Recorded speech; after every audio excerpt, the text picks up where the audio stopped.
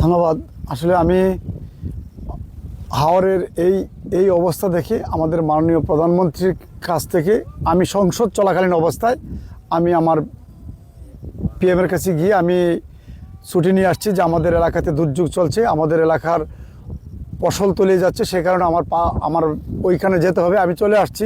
তো এসে যা দেখলাম আসলে এই যে সুনামগঞ্জের এই সাইডেই মনে হচ্ছে মানুষের সকল ধান তলিয়ে গেছে। আসলে কি বলবো, আমি একজন কৃষকের সন্তান, আমার নিজেরই খুব কষ্ট লাগছে, কান্না পাচ্ছে যে মানুষ এত অসহায় হচ্ছে। এই মানুষদের পাশে থাকার জন্যে আমি চলে আসছি। আমি আমার সাধ্য অনুযায়ী সর্বোচ্চ চেষ্টা করব এই এলাকার মানুষের পাশে থাকার জন্য, সাধারণ মানুষের পাশে থাকার জন্য।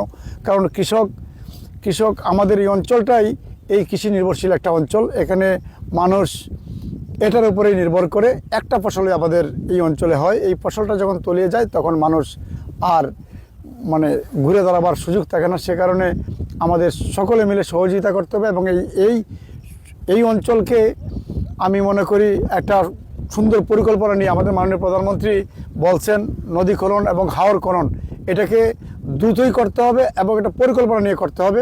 যে পরিকল্পনা থাকবে আমাদের এই অঞ্চলে বৃষ্টি হয় বেশি, বৃষ্টির পানিতে যখন হাওর তলিয়ে যায় তাৎক্ষণিক যেন আমরা ওই পানিটা নিষ্কাশন করার জন্য সুইচ গেট থাকে এবং এই পানিটা হাওরে যাতে পানি ঢুকাতেও সহজ হয়, পানি বের করতে সহজ হয়, এরকম পরিকল্পনা নিয়ে আমাদের কৃষকদেরকে বাঁচাতে হবে।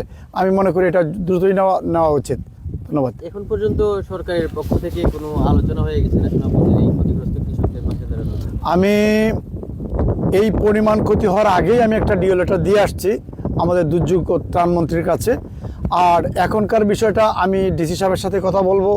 আমি আমাদের উপজেলা নির্বাহী কর্মকর্তা এবং কৃষি অফিসার যারা আছে তাদেরকে আসল চিত্র ধরে তোলার জন্য বলবো এবং আমাদের কৃষকের পাশে সরকার যেন স্বতঃস্ফূর্তভাবে থাকে। এবং আমাদের মাননীয় প্রধানমন্ত্রীর কাছেও আমি বলে আসছি, আমি ত্রাণমন্ত্রীর সাথেও কথা বলে আসছি। আমি গতকালকে আমাদের পানি সম্পদ মন্ত্রী শহীদুদ্দিন চৌধুরী এনিভাই ফোন দিয়ে খোঁজখবর নিচ্ছিলেন যে কী অবস্থা। আমি একটা ব্যাখ্যা করছি যে আমাদের আসলে এই অঞ্চলের অবস্থায় খুবই খারাপ অবস্থা এবং এই প্রাকৃতিক দুর্যোগে আমাদেরকে সকল ফসল তলিয়ে যাচ্ছে, সকল যারা কাটছে তারাও ধান শুকাতে পারছে না, ধান নিয়ে ক্ষতিগ্রস্ত হচ্ছে। এসব বিষয়ে আমি ব্যাখ্যা করে আসছি আমার সকল মন্ত্রী মহোদয় যারা আছেন এই রিলেটেড যারা আছেন সবার সাথে আমি এটা বলে আসছি।